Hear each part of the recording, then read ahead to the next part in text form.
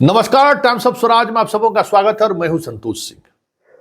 और आज हम टाइम्स ऑफ स्वराज में चर्चा कर रहे हैं कि हम लोगों के जमाने में संस्कृत में एक कहानी हुआ करता था, बहेलिया और तोता का, एक ऋषि वाले हितोपदेश विष्णु शर्मा द्वारा रचित ये एक कहानी संग्रह है, उससे ली गई है ये कहानी। याद करिए उस कहानी, शायद हो सकता है कि आप भी पढ़े हो। क्या था वो कहानी कि एक बहेलिया मतलब शिकारी एक तोता को पकड़ कर ले जा रहा था।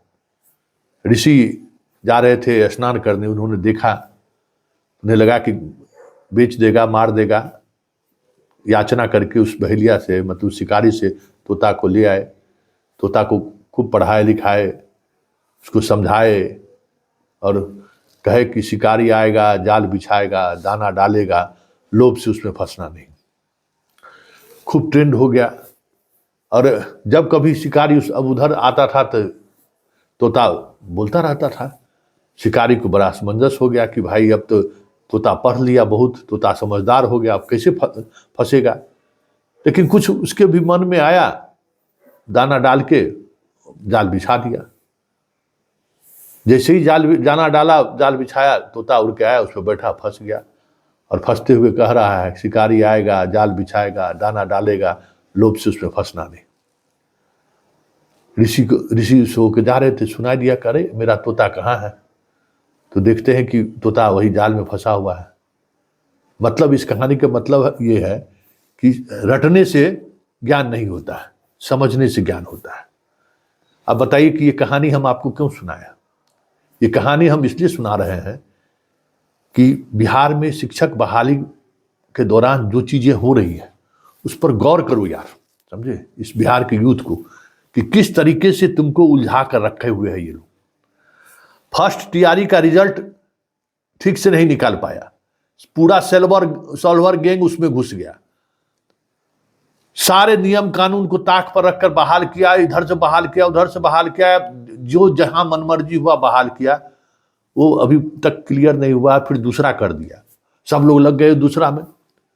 दूसरा का रिजल्ट आया, जब फंसने लगा, जब लगा कि अब गर्दन फंस सकता है, बहाली में बहुत तरह की अनियमितता हुई है, तब तीसरे की बात होने लगी कि मार्च में तीसरा भी ले लेंगे।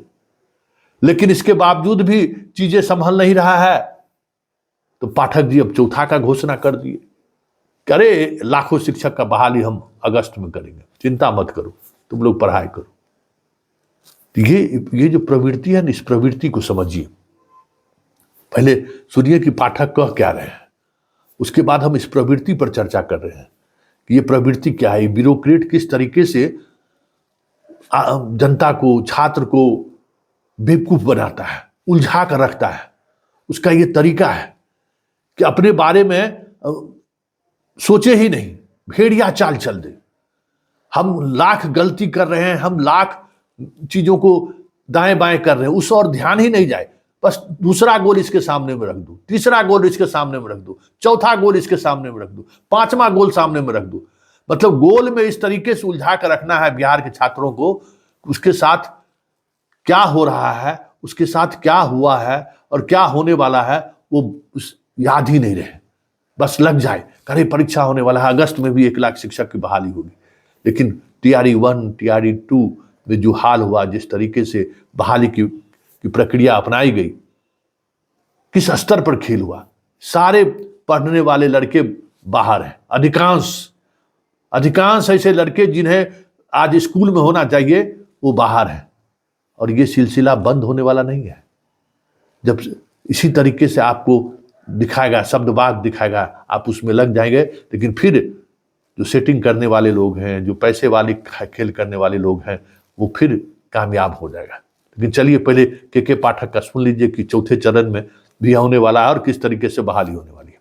100% आ जाएगी। नहीं हो तो सेकंड ईयर वाले भी, फर्स्ट ईयर वाले भी? सेकंड ईयर, हम लोग सेकंड ईयर हैं।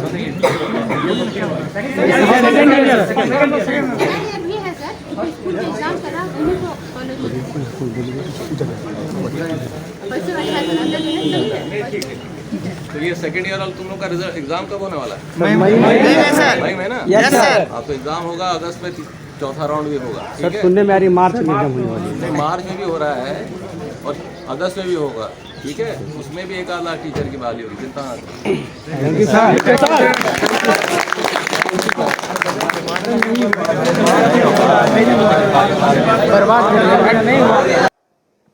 तो आपने सुन लिया कि बहाली की तैयारी, इंतजार मत करिए, तैयारी में लग जा बट्टे। हम लेंगे लाखों शिक्षक का बहाल करेंगे। समझ में आ रहा है ना कि खेला क्या हो रहा है?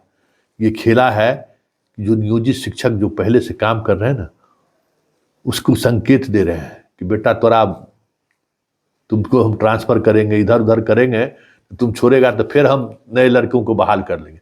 मतलब ये प्रोसेस जो है ना बनाए रखना है। इसलिए मित्रों, हम आपको फिर कह रहे हैं कि मेरे चैनल को आप सब्सक्राइब कीजिए, प्लीज प्लीज प्लीज। 5 लाख शिक्षक हो आप बिहार के, हैं? और परिवार में नहरा ससुराल में मिला कर 5 लोग भी है, आप जिसके पास मोबाइल है उनको कहिए सब्सक्राइब करने के लिए। ये लड़ाई बहुत दूर तक जाएगी और इस लड़ाई को अगर मजबूती से नहीं लड़े तो सब कोई लूट जाओगे, सारा जीवन तबाह हो जाएगा। और ये तबाही का आलम पाठक और अतुल प्रसाद जैसे लोग कैसे लिख रहा है, इन चीजों को समझो कि क्या इसका खेल क्या है। उलझा कर रखो युवक को। हाई कोर्ट गया है ना, सुप्रीम कोर्ट जाएगा ना, उलझाए रखो और अपनी मनमर्जी चलाते रहो। गलत लोगों को बहाल होने दो, पैसे लेके बहाल होता है तो होने दो। क्या थंब इम्प्रेशन जांच का क्या हुआ है? इतना यूपी से जो फर्जी डिग्री लेकर जो बहाल हो गए उसका क्या हुआ? उसको कोई कुछ हो रहा है? कुछ नहीं हो रहा है। इसलिए मित्रों, इसलिए तमाम शिक्षा प्रेमियों से मेरा आग्रह है कि इस चैनल को ज्यादा से ज्यादा रिच तक ले जाइए और ज्यादा से ज्यादा लोगों तक पहुंचे। इसके लिए आप इसको सब्सक्राइब कीजिए, लोगों तक ये एक मिशन की तरह लीजिए, क्योंकि ये बहुत ही संकट का दौर है और बहुत ही संकट का दौर आने वाला भी है। इसलिए आपका सहयोग चाहिए मित्र। ये मेरा चैनल नहीं, ये चैनल आपका। और हम बार बार आग्रह भी नहीं करते हैं, ये आग्रह हम इसलिए कर रहे हैं कि हमारी पत्रकारिता जीवन का जो 25 वर्ष का जो कमाई है ना, उस कमाई के आधार पर चीजों को हम आगे बढ़ा रहे थे। जो मेरा नेटवर्क था उसके सहारे आगे बढ़ा रहे थे, लेकिन अब वो नेटवर्क और वो जो प्लेटफॉर्म है वो थोड़ा कमजोर पड़ने लगा है।